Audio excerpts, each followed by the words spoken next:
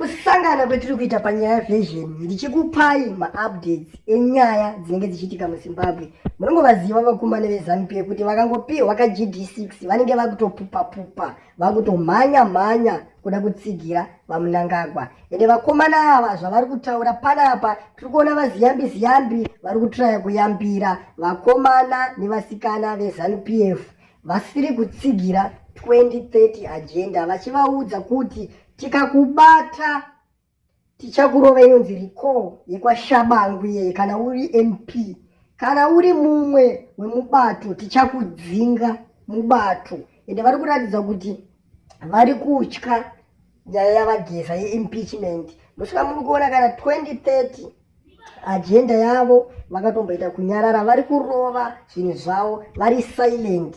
Ndo zvavari kuita mazuva ano, ende vari busy kutsvaga pane mistakes. Ndosaka muri kuona kana vamwe maminista nevamwewo vanoshanda vari muhurumende nevamwe vanondoshandirawo bato ravo reZANU-PF vari kugara vakangorohwa iyaya vanoti immediate effect, kungodzingwa zvisina kana chikonzero. Ende kuda kutarisa vari kudzingwa vacho havatodzingwe masikati machena, vanotodzingwa vakumba vasisiri pabasa. Ndopo unozongonzwa kuti kwatoririswa tsamba uko munhu atodzingwa basa, but ukada kubvunza chikonzero chaadzingirwa panenge pasina chikonzero. Ndosaka vachingoti with immediate effect nekuti vanenge vasina kana chikonzero. Tukuona panapa one of President Emmerson Mnangagwa most vocal defenders and key proponents of his vision 2030 agenda, Justice Ziyambi's action signal the possibility of his boss removal through impeachment.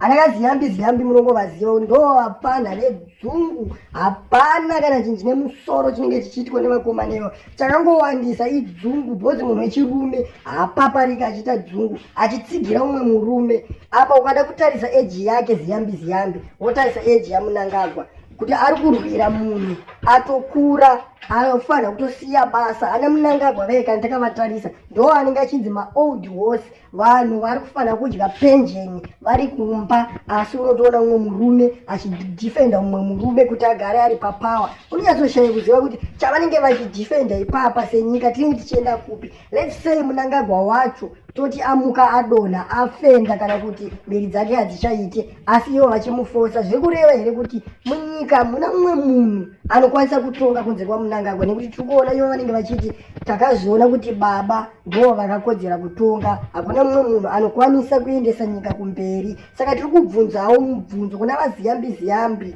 sevana venyika kuti saka Mnangagwa akamuka akafa kana kuti akamuka achirwara zvekuti haachakwanise kushanda, nekuti ukaita seeji yaMnangagwa nezvinhu zvaakuitika paari, anytime is tea time kwaari. Saka tichida kuvabvunza vakomana vari kumhanyisa ne2030 agenda kuti mukuru wenyu akazonzi awana zvamuwana, mukureva kuti nyika ichamuka yakavhara here? Nyika ichashaya anotonga? Ende nyika haina mumwe munhu anotonga here sezvemunotaura kuti baba Mnangagwa ndo vakakodzera kutonga?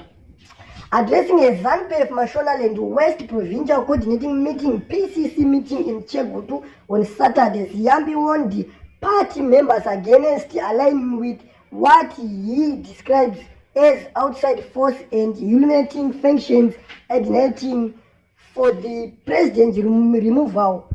He also warned that MPs would divert from the party officials' position face immediate recall.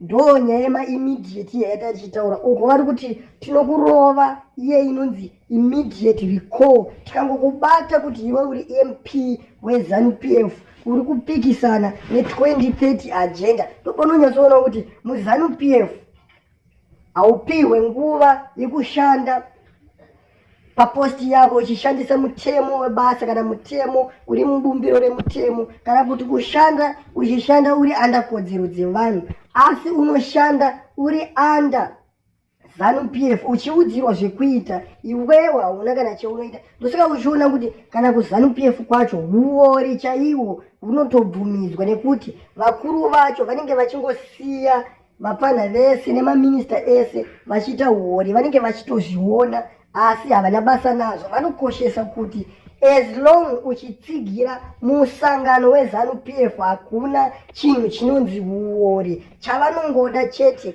rutsigiro kuti ivo varambe vari panyanga. Ende mukatoda kutarisa ukatoona munhu anozotanga kukura musoro ari weZANU-PF, hakuna munhu asingawanirwe mhosva, nekuti mhosva dzese pedzinenge dzichiparwa vanenge vachitozviziva kuti uyu ari kupara mhosva, but chekumuita vanenge vasina, nekuti vanenge vane something chavanenge vachibhenefita kune munhu iyeye, ende anenge achiinfluenza vanhu, achitsvaga vanhu kuti vavhotere ZANU-PF, achimira. Saka vanenge vasina basa nekuba kuluta kwese kwavanenge vachiita. Vanenge vachiti as long achititsvagira zvetiri kuda tichingoramba tiri panyanga, hapana chakaipa. Ndo mabhenefiti avo, ende kuluta neuori kwavanoita kwekuya ndo mapei avo. Ukatoda kutarisa kazhinji ndounonge uri muhuro wavo. Saka vakuru veZANU-PF havana kana basa nazvo. KuZANU-PF hakuna chinhu chinonzi uori. As long uchitsigira President Mnangagwa, as long vari panyanga, hauna kana chinhu chinonzi uori. Ende ukatotarisa Mnangagwa wacho masimba aanawo aanozvipa akawandisa chinhu chese chiri munyika, nekwaasingadiwe anosvika. Hazvisi nyori kuita president wekuti anoenda kunovhura tepi chaiyo, kunovhura tepi munhu anenge achinzi mutungamiri wenyika otobuditsa konvo yekuenda kunovhura tepi. Hameno kuti kuofisi hakuna zvimwe zvinhu zvekuita here, kana advisor wake Tungwarara tine chitonyasoshaya kuziva kuti anenge achiadvaisa president venyika zvinhu zvekunovhura tepi. Makatarisa mazuva apfuura vaMnangagwa vakatonovhura musika kuMpare, asi chakatova chishamiso kuti vaMnangagwa vakuita zvekunovhura musika.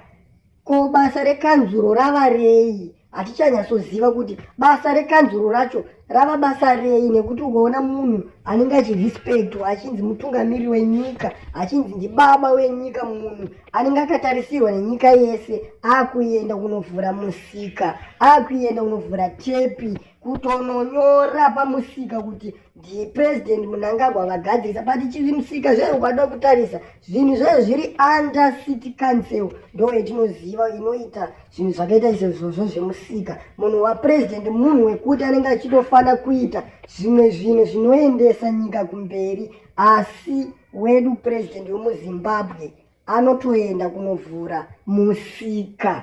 Apa musika wacho ukatoda kutarisa zvinhu zvacho zvinenge zvichitengeswa imomo, vanhu vacho vanenge vachitoitawo zvekungwavha, vanenge vasingatonyasotengesa zvinhu zvekuti zvinenge zvichivapa mari yakawanda, asi mutungamiriri wenyika anotosarudza kuda kunovhurira vanhu musika, zvoita kunge ari kugadzirira vanhu mabasa. Ukatoda kutarisa kana kumaindastry chaiwo emuZimbabwe mazhinji acho akavhara, anotozviti akavhura acho. Ukatotarisa hakutorina kana rodhi chaidzo, makomba ega, makoronga chaiwo. muHarare hamutorina rodhi, makatongozara makoronga, asi munhu wemutungamiriri wenyika anoonekwa achinovhura zvinhu zvakafanana nemusika.